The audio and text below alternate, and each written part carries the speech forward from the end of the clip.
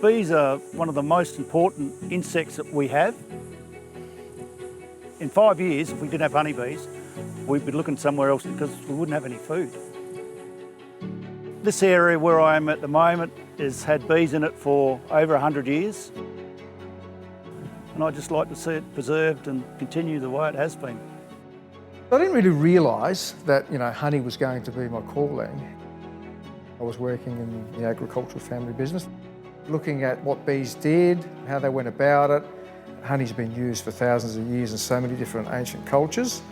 The ancient Egyptians, the Romans, the Greeks, the Mayans, pretty much every single civilization uses honey in some shape or form. I realised that there's a market here that we can really tap into with honey. They're not just offering normal honey, which is typical in the supermarket shelves. We wanted to offer something that was unique, something that was native Australian and in its purest form. When Luca and I discussed starting our own business, it was a bold move. It's scary when you're in a corporate position and you're getting a regular income. It's a big leap you take with a young family.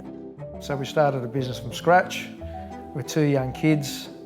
It took a few years, a lot of hard work, a bit of pain, but most importantly, a lot of experience and learnings to be able to be where we are today. And obviously, when you're doing something that you're passionate about, it's not really work, is it? So it's something that you can go through with quite easily.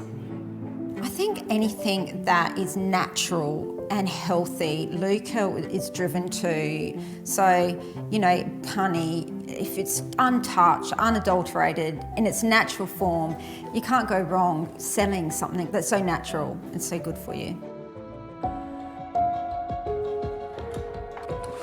It wasn't until a few years later and just doing a bit of research on Manuka honey in particular, I saw that there was quite a fair bit of Manuka honey being exported from New Zealand to China.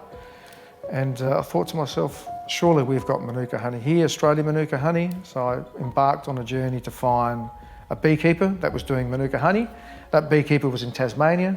After getting off the plane in Hobart, hired a car, drove through the Tarkine rainforest, which is northeast Tasmania, and the scenery was magnificent. You can really see that it's untouched wilderness. And the Manuka bushes, along with the leatherwood trees that are there, something that is completely natural. It's been around for millions of years, and it's the only place in the world where they have the leatherwood trees there and the Manuka bushes. So the Manuka bush doesn't flower for too long. It only flowers for 2 or 3 weeks. And the beekeepers go out there, bring their hives. Depending on what the flow's like, they leave them out there for a week, maybe a few days, maybe a couple of weeks. It just really depends on the circumstances. And then basically go back there and collect the hives with the honey in them. The honey's then extracted.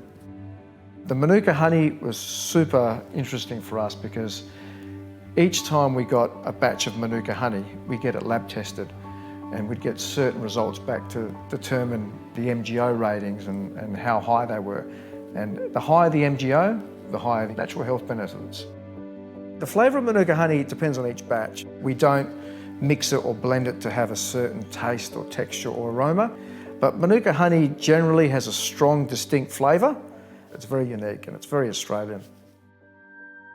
Since day one, part of our strategy was to partner with 1 or 2 beekeepers for each variety of honey that we do.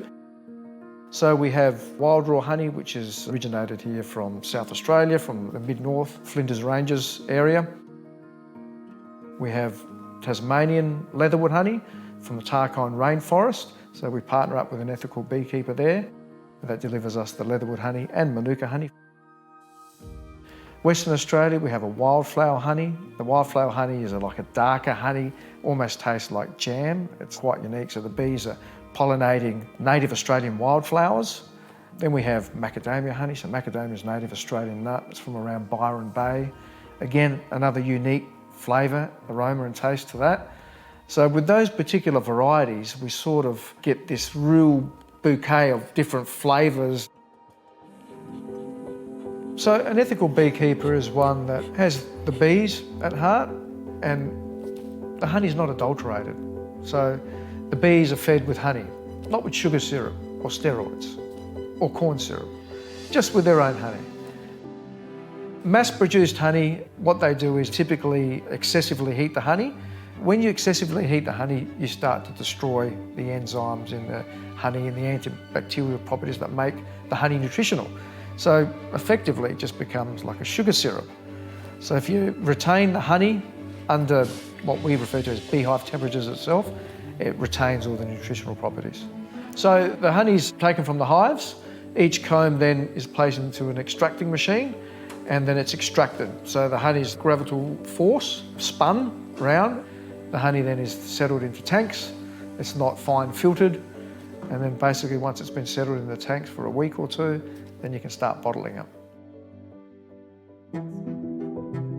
The different varieties of our honey, there's so many different uses. Wildflower honey, we've seen that that's become quite popular to be used on cheese platters because the wildflower honey almost tastes like a jam and it's quite sweet, really complements salty cheeses.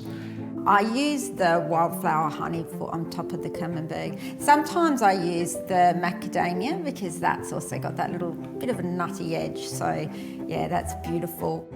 Leatherwood honey, it's got a real strong, bold flavour and aroma to it. Really nice and drizzled over your muesli or wheat bix every morning. The wild raw honey can lift so many dishes as well. So if you put some on some Atlantic salmon, put it in the oven for 20 or 30 minutes and it just really gives it that extra aroma.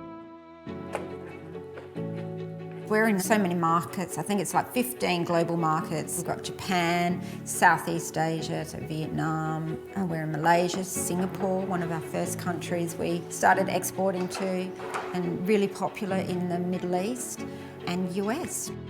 For us and a small family business in South Australia to export in so many countries around the world, we're really excited for how many more countries we can expand to. And they appreciate our beautiful honey here in Australia.